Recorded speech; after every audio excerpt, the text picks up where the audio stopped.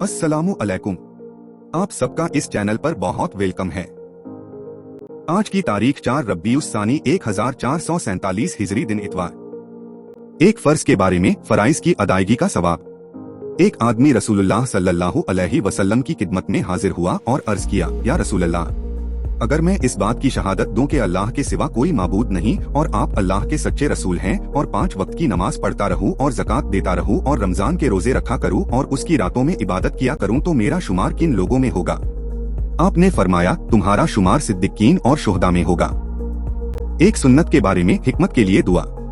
हिकमत और सलाह व तकवा हासिल करने के लिए यह दुआ पढ़े, ऐ हमारे परवरदिगार, हमें हिकमत अता फरमा और नेक लोगों के साथ शामिल फरमा। एक अहम अमाल की फजीलत, दुआ कराने वाले की दुआ पर आमीन कहना। रसूलुल्लाह सल्लल्लाहु अलैहि वसल्लम ने फरमाया, जब कुछ लोग जमा हो और उनमें से कोई एक आदमी दुआ करे और दूसरे आमीन कहें तो अल्लाह ताला उनकी दुआ कबूल फरमाता है।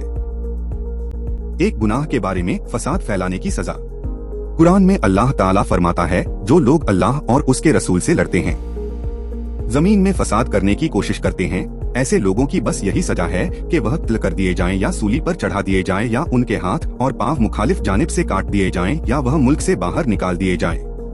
यह सजा उनके लिए दुनिया में सख्त रुसवाई का जरिया है और आखिरत में उनके लिए बहुत बड़ा अजाब है। आखिरत के बारे में सबसे पहले जिंदा होने वाले।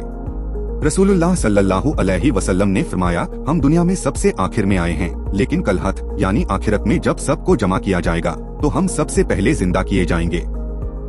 तिब्बे नबवी से इलाज, बिच्छू के जहर का इलाज। हजरत अली रजी अल्लाहु अन्हु फरमाते हैं, एक रात रसूलुल्लाह सल्लल्लाहु अलैहि वसल्लम नमाज पढ़ रहे थे कि नमाज के दौरान एक बिच्छू ने आपको डंक मार दिया। रसूलुल्लाह ने उसको मार डाला। जब नमाज से फारिग हुए तो फरमाया, अल्लाह बिच्छू पर लानत करे, यह न नमाजी को छोड़ता है और न गैर नमाजी को। फिर पानी और नमक मंगवाकर एक बर्तन में डाला और जिस उंगली पर बिच्छू ने डंक मारा था उस पर पानी डालते और मलते रहे और सूरह फलक व सूरह नास पढ़कर उस जगह पर दम करते रहे। नबी की नसीहत। रसूलुल्लाह सल्लल्लाहु अलैहि वसल्लम ने फरमाया, तवाज़ु इख्तियार करो, कोई शख्स दूसरे के सामने फख्र न करे और न एक दूसरे पर जियादती करे। इस्लामी तारीख। हुजूर को नुबुव्वत मिलना। जब दुनिया में बसने वाले इंसान जलालत व गुमराही में भटकते हुए आखिरी हद तक पहुंच गए तो अल्लाह ताला ने उनकी हिदायत व रहनुमाई का फैसला फरमाया और शिर्क व बुत परस्ती से निकालकर ईमान व तौहीद की दौलत से नवाजने का इरादा किया और जिस रोशनी की आमद का एक जमाने से इंतजार हो रहा था उसके जाहिर होने का वक्त आ गया और महरूम व बद नसीब दुनिया की किस्मत जाग उठी। रसूलुल्लाह गारे हिरा में अल्लाह की इबादत और जिक्र व फिक्र में मशगूल थे कि आपके पास हजरत जिब्रील आए और उन्होंने कहा कि पढ़िए। आपने फरमाया, मैं पढ़ा हुआ नहीं हूँ। आप फरमाते हैं, उसके बाद उन्होंने मुझे पकड़कर इतना दबाया कि मेरी कुव्वत निचोड़ दी, फिर मुझे छोड़ दिया और कहा पढ़िए।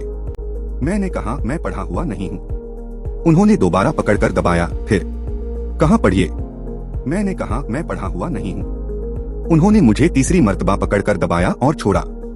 चुनांचे मैं पढ़ने लगा।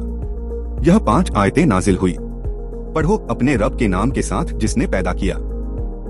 पढ़ो उसने इंसान को जमे हुए खून के एक लोथड़े से पैदा किया। पढ़ो और तुम्हारा रब बड़ा रहम वाला है जिसने कलम के जरिए सिखाया इंसान को वह सब सिखाया जो वह नहीं जानता था, जो सबसे पहली वही थी और नुबुव्वत का पहला दिन था। यहीं से वही का सिलसिला चला जो आखिरी वक्त तक जारी रहा।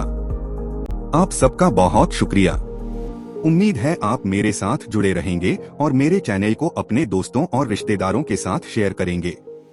खुदा हाफिज। इंशाअल्लाह फिर मिलेंगे।